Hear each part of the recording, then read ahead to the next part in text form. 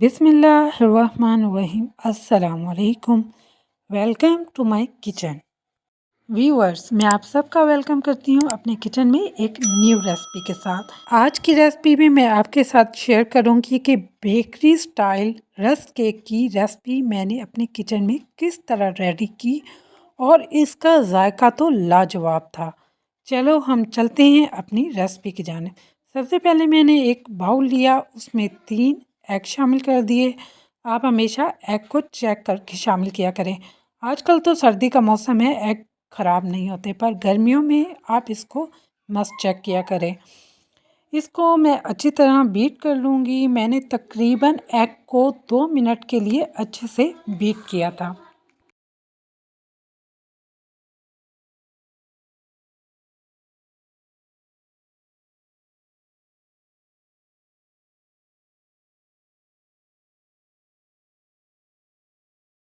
को अच्छी तरह बीट करने के बाद मैंने इसमें 1 कप चीनी शामिल कर दी। मैंने शुगर पाउडर लिया था। अगर आपके पास शुगर पाउडर मौजूद ना हो तो आप घर में मौजूद चीनी से भी शुगर पाउडर बना सकते हैं।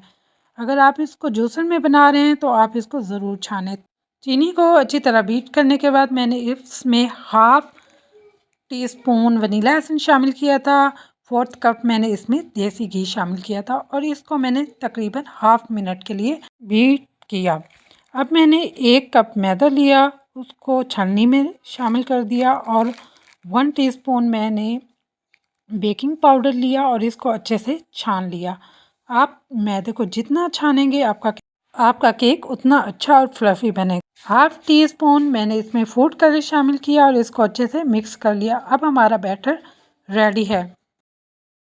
इस बैटर को मैं एक ओवन की ट्रे है उसमें शामिल कर देंगे। इस ट्रे में हम ज़्यादातर रोल और पिज़्ज़ास वगैरह बनाते हैं, पर मैं रस्क केक का बैटर इसमें शामिल करूँगी और एक चम्मच की मदद से सारा फैला दूँगी।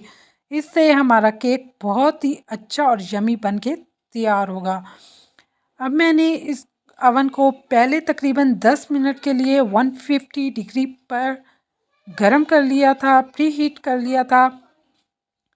अब मैं ये बैटर रखने के बाद इसका टेम्परेचर 130 पे रखूँगी, दोनों मोड ऑन करूँगी और इसको टाइमर तकरीबन मैं 20 मिनट दूँगी।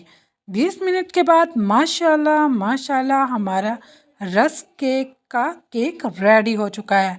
अब मैं इसको बाहर निकालूंगी और तकरीबन आधे घंटे के लिए मैंने इसको ठंडा होने के लिए रख दिया था। आप देखें हमारे केक की लुक माशाल्लाह कितनी ही प्यारी है। अब मैं इसको ट्रे से बाहर निकालूंगी और जो इसके पीछे मैंने ब्राउन पेपर लगाया था उसको मैं निकाल लूँगी। अब एक पिज़्ज़ा कटर की मदद से हम इसको कट करेंगे और रस्क केक की शेप दे देंगे।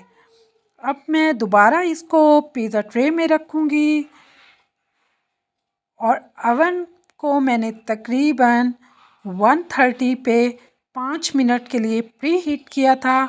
अब मैंने दोबारा रस्क केक अंदर रख दिए और 130 डिग्री पर मैं इसको बेक करूँगी और दोनों मोल्ड ऑन करूँगी। मैंने इसको तकरीबन 20 मिनट बेक किया था। 20 मिनट के बाद आप भी देख सकते हैं माशाल्लाह माशाल्लाह हमारे कितने मज़ेदार और यमी से